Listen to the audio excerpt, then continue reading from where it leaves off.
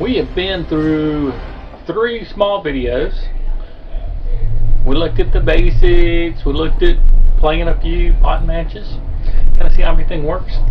Well, now, here's the important part. Building your deck. Let's build a deck. Most important thing about your deck, make sure things are balanced. And one of the things you got to balance the most is everything, your creatures, your enchantments, against your cards, your lands, which you pull your mana from. If you can't get your mana, you really can't do anything. But it's all about statistics. Getting the right card draw at the right time when you need it. So, how do you do that, right? Let's get into this. Let's get down into the nitty-gritty and build us a deck. Let's see how to put it together, and then let's see how it measures up. You ready? Let's do it. In order to get it done, you go into Arena, you go to the decks, and you have your cards that you can pull from. Out of that whole set of cards that you pull from, you have a little area off to the side that you can drag them over to. You pick what type of card you want, scroll through what you want, you drag it over. Generates a normal set of lands, kind of what you should have in a standard deck. They have different kinds. I say standard, but there's multiple different things. Standard, historic, traditional. And even when you get one, you can double click here and you can get to all the other different types here. Historic, traditional, standard, singleton, one card of each. Your new brawl type games like those. Join it. And your friendly brawl. Okay, so then you got statistical levels. Now this is important. It kind of shows you mana cost. You want like a profile that kind of runs the highest number in the area that you have the most interest in.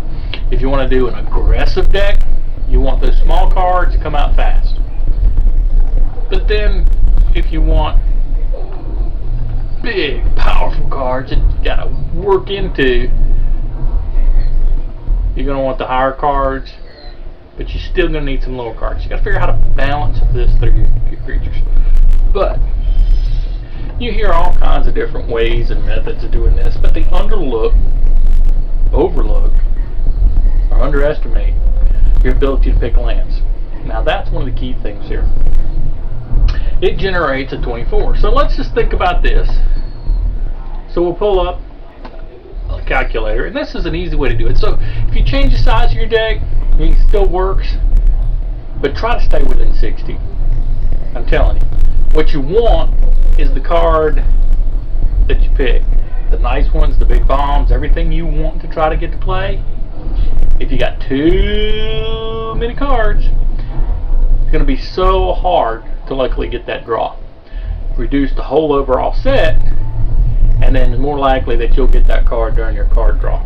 And there's a few other tricks along the way you can make it a little bit better. So, what is good? What's bad? What's too much? What's not enough? Well, if you're working with a deck of 60 and they put in 24 automatic, you take that and divide that by 60. That gives you 0.4. I think 0.4 is a little on the low side. However, think about if you want to draw a land, one for every other card, you got 50% chance, right? So if you got 60 in a deck, you take 30, you divide by 60, that's a 0.5. Now let's look at it, the other side of it. Now let's say you only want one every third of a card. So we take 20 cards, we divide by 60, and then that gives us 0.3. So basically 0.353, that's 1/3. So every third card you get is going to be a land. That's probably bare minimum, and even then that's not good, right? So 24, decent, not good. 0.5, pretty much hitting that upper limit. It's going to be too much land. All you're going to get to land, you're going to get out of 7 cards, 3 or 4 cards every time, but every once in a while you're going to get 8 or 9. You get 8 or 9 lands, that can kill you. So just keep that in mind when you figure out how many cards to put in here. A neat little trick, just kind of look at it from a percentage standpoint. And so let's pull things in. Let's see how it goes with about a 50-50 deck, more building their deck.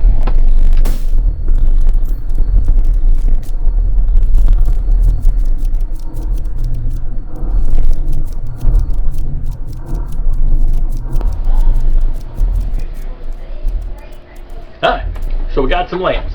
Now we've really got too much here to get our 50-50, so let's drop this down.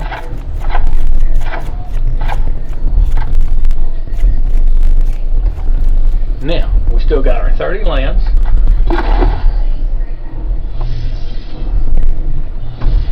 And now we need to pick some cards. Now guys, bear with me. This could get really long, really complicated. I'm going to probably have to cut and condense some of what I'm doing, so there's going to be some splicing and cutting here, keep from taking things too long, but I want to be able to get you up to speed as fast as possible, because I know you're anxious to get out there and play. You don't want to sit there and listen to me. Let's keep it going. Now let's don't stop there. See, that's a 50-50 deck. Let's go ahead and name it something. You just click in there, and let's just say this is our 50-50 deck for now. And you can switch over to just lands, select the type you want, and go through. I got some pretty cool lands with different images, so you can kind of keep things from getting bored when you're playing. Get nice cards laid out on your tabletop. It's kind of interesting. I like that. It's pretty cool. Good job, Arena. But if you see, they have specialized cards that have different abilities, and a lot of times you want to try to pull from those as much as you can. So figuring out your lands is not always the simplest thing. You can just tell the land, you have different types. Let's just look at this type now. Let's say there's something here you don't have, you can do not collected, and it shows you the ones that you don't have as well. Now here's some cool cards that come out, and I like to take advantage of these when we can. So if you look at this, you'll see this card, when you play it, you sacrifice it right when you play it. Now this one has a little bit of rules on taps, try to help keep from the card being tapped right immediately when you put it out, so you can go ahead and use the mana like it was just a normal basic. What does that do for me, right? Now I've got a card that I can pull another land for a card, and that means 2 cards for 1 land. That's using up precious cards in my deck, right? Not really. See, what you're doing here is you're reducing the overall size of your deck while still technically keeping it at 60. Sacrifice 1 to get a land, so it's 2 cards for 1 land. That means essentially the cards that I'm trying to draw is going to come out a little bit better percentage. So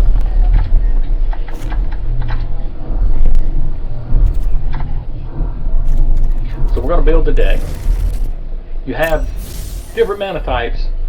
Mono mana, pretty good. 1 color of any type, but just miss out on a lot of capability. So a lot of times 2 mana colors, pretty good decks. Start to get 3, it starts getting hard and complicated, especially for a beginner. So just keep it at 2, maybe start with 1, but they give you a bunch of good decks to start from. They're not super powerful, they're pretty balanced, so you don't have to pull your hair out trying to figure out things just to give it a go, give it a try. So you go through the little tutorials,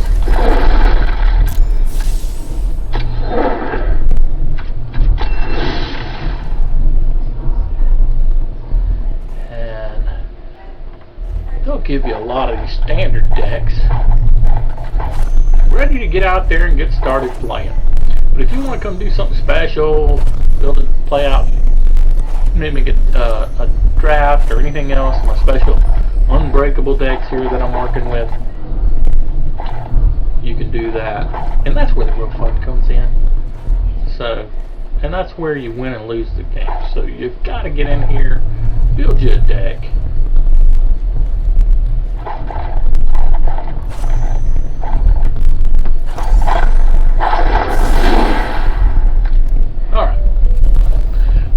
want some good cards. Now, draft games, you go out there and you pull from a pack. You open a pack. I'll open one, show you kind of what that's all about. I wanted to show you these packs. I said I'd open up the pack. I'll give you an idea of what's in it. So you just got a wild card here in the pack. It's just a common, so it'll bring up any kind of common card. Got several of the other newer cards. You get a couple of the nicer ones that more of a bomb cards, and then you get one real nice one. Now when you open up other packs and you're playing a draft deck, most packs have 15. So really once you get through the first 4 draws, sometimes 5, that's it. But we'll go over more draft later. Just wanted to show you.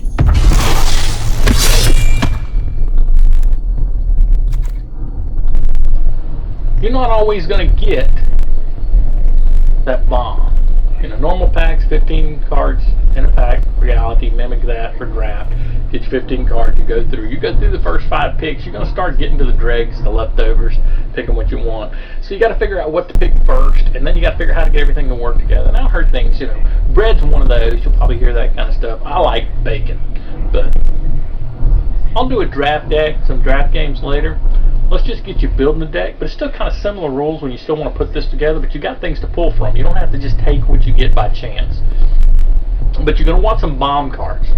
That's it.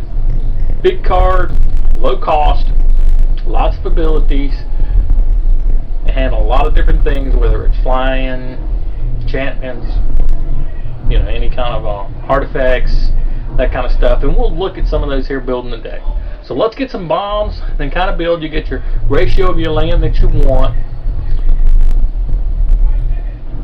So then you want to try to figure out what's going to be aggressive. You got to have something to play to start. You don't want your whole deck aggressive. You still got to have some starting cards. Low cost, good cards that go with your bomb.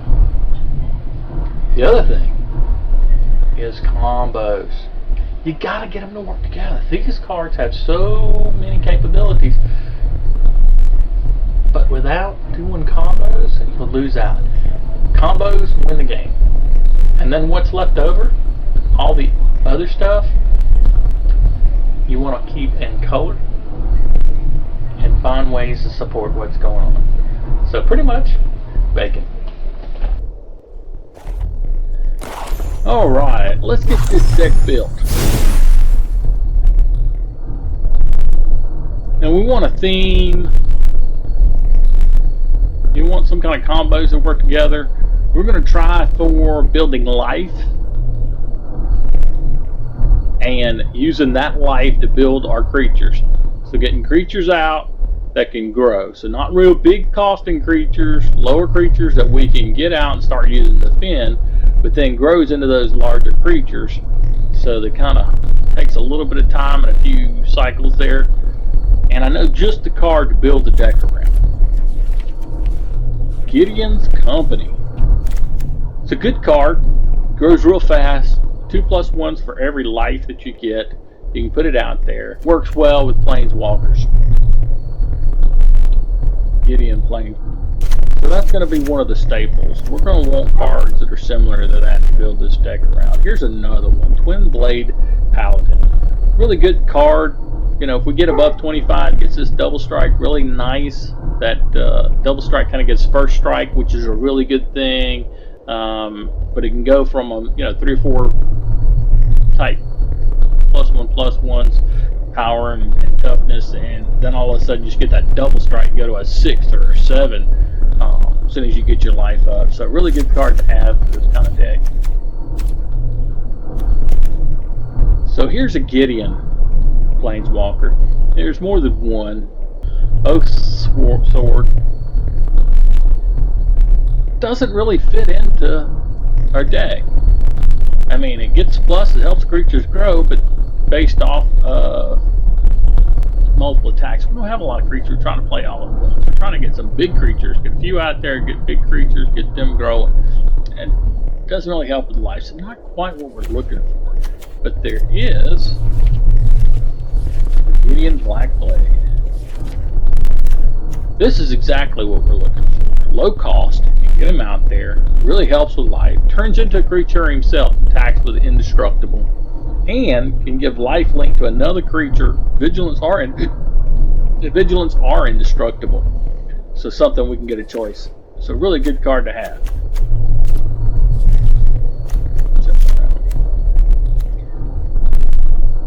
So while we're looking for planeswalkers, what's this? Strength of the Pride. So this is really nice. This is exactly what our deck is. So we can build these cat soldiers that have the ability to grow, and we can generate life by just blessing up. Just what we're looking for. So now we got a few of the bomb cards out there. I know there's a few more here that I'm kind of looking for.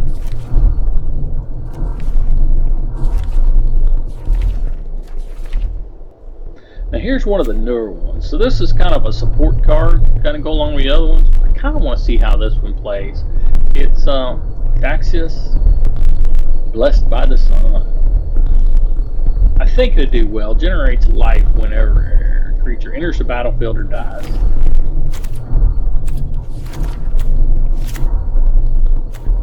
This is probably a good time to talk about the sideboard. You can put other cards in your sideboard you think might help. So if we had some cards that we were thinking about, Soul Mender or something extra that we didn't have, something that would help us address flying, we could put it in our sideboard.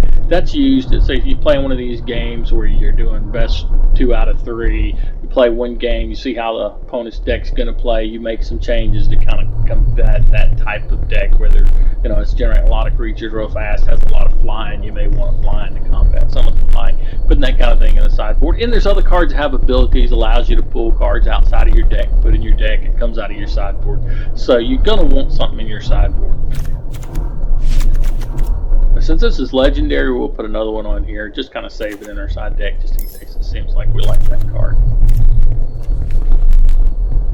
Alright, so here's another one of those base cards. Bridesmaid.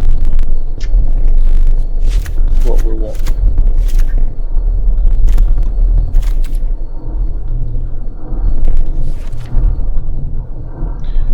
So now we need some of these support creatures. This is a real good one. Low cost, put it out there really quick. Life, link, and flying. Can attack over a lot of things. Get it out there. Somebody might put something blocked out there, but that's a good one to start with.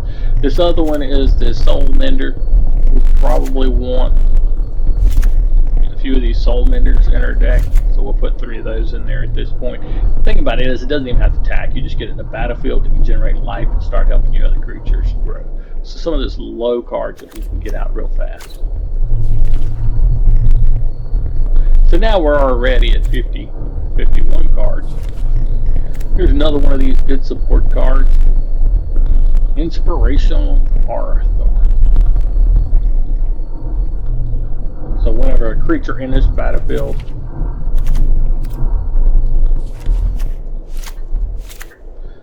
throw a couple of those in there. Kind of thing we're looking for. So here's another good one. This is really one of those bombs, real low cost. It does have to be 3 planes, but you gain a life anytime you attack.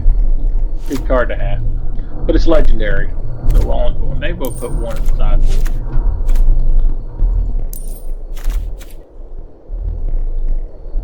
Here's another bomb. This is one of those cards you really want. It comes out as an enchantment until it gets this idea of devotion to white. One of these things are coming out with in this newer set of cards. So it sits there and then all of a sudden, boom, it comes out. It's a creature, it's attacking, lifelink, indestructible. Really the kind of card you want. Builds life whenever time you put life on any creature, so we get a fly in or something like that. Anytime we get life, put a +1. Really good. You can even make another creature have life link until end of turn. You really want that card.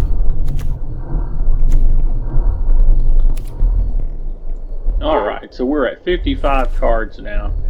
So we got to think about how to handle some of these other things. Remember, we're just looking at the planes. There's also artifacts and other things. So some good ones out here. I know about this one. It really supports our deck. You know, the Shadow Spear. The Shadow Spear gives us lifelink and build a creature up with a +1/1. You know, and has the ability to get rid of hexproof and indestructible. Really good thing to have. So we're going to want to have that in our deck. You know, and almost maybe 2 of these, but it is a legendary, and it's a legendary artifact, so we may really not want to. We'll put 2 in it just to kind of see how that plays, kind of play with it, but probably not a good idea. Probably one of those would be better for a sideboard to decide if you really want it.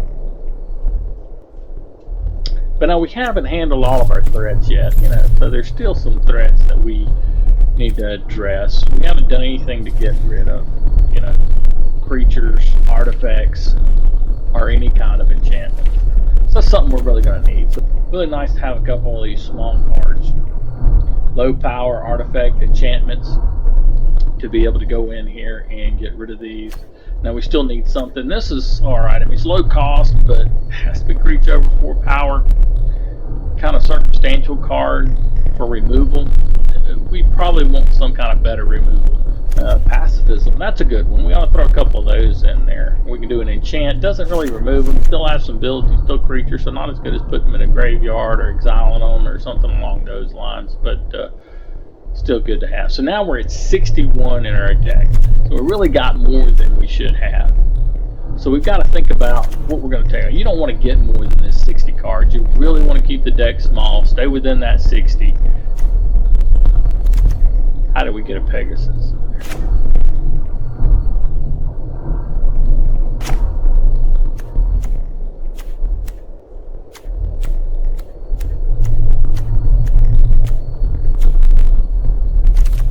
Alright, 2 cards is what's supposed to be in there. Alright, so let's see. We need something for flying. So this is a real good one to have. Angel of Vitality. When we get 1 life, we get another life. This should help us really grow. It gets a ++1 when we have 25, so we get 25. Handle those threats. It's not real expensive, so not a bad card to have. Address those threats that are flying. Lifelink flying. Okay, you can pay 1. Tap 4 untapped creatures you control with flying. Just don't have that many flying. So really good with life. You know, other creatures you control with flying have indestructible. Wow, that's a bomb. Something to think about. But I don't have one of those, so put it in there. It shows red. Go out here and see what it takes to craft. Nice card to have. So you can take that, spend these wild cards that you collect up, and get a card you don't have. Be careful, once you craft it, you can't undo it.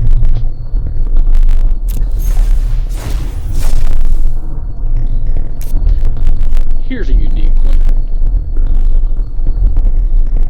Ignite the Beacon. Allows us to go find 2 planeswalkers in our deck, reveal them, and put them into our hand. That's like this idea of the land, where you have 2 cards, you take 1 card, sacrifices, get your land, so you've got the opportunity to have 2 cards representing 1 land, so when you play it, you're reducing your deck quicker, getting to your, in the same turn, getting down through your deck to those bomb cards and other types that you want to play, essentially reducing that overall size of your deck.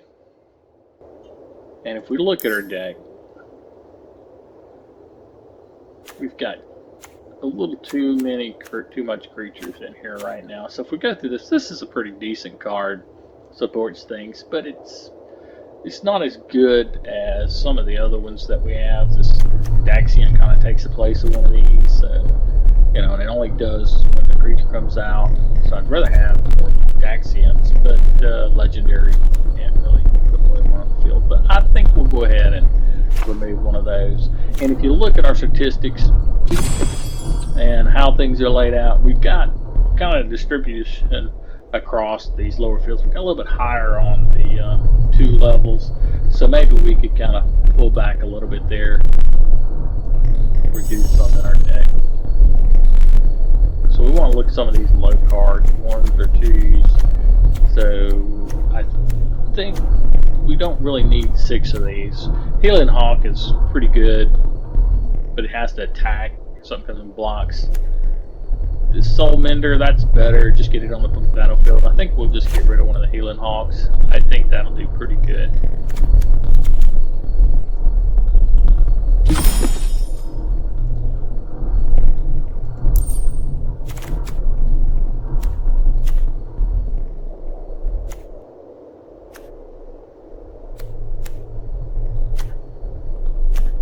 Well, let's try one. Look at her. Can change the whole dynamic of your deck. Card. But there we go. We have a deck. We're ready to play. Let's get out there and see what we can do with it.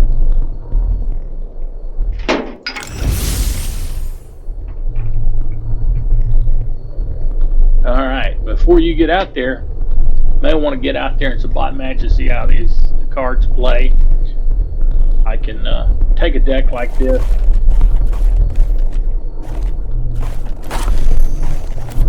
we can export it, moves it to the clipboard, and then I can pull that up and show you, give that to you. They can be pulled from other sites. You can post out there, give things to friends, make you a book of them, whatever. Real handy to import and export, real simple type format.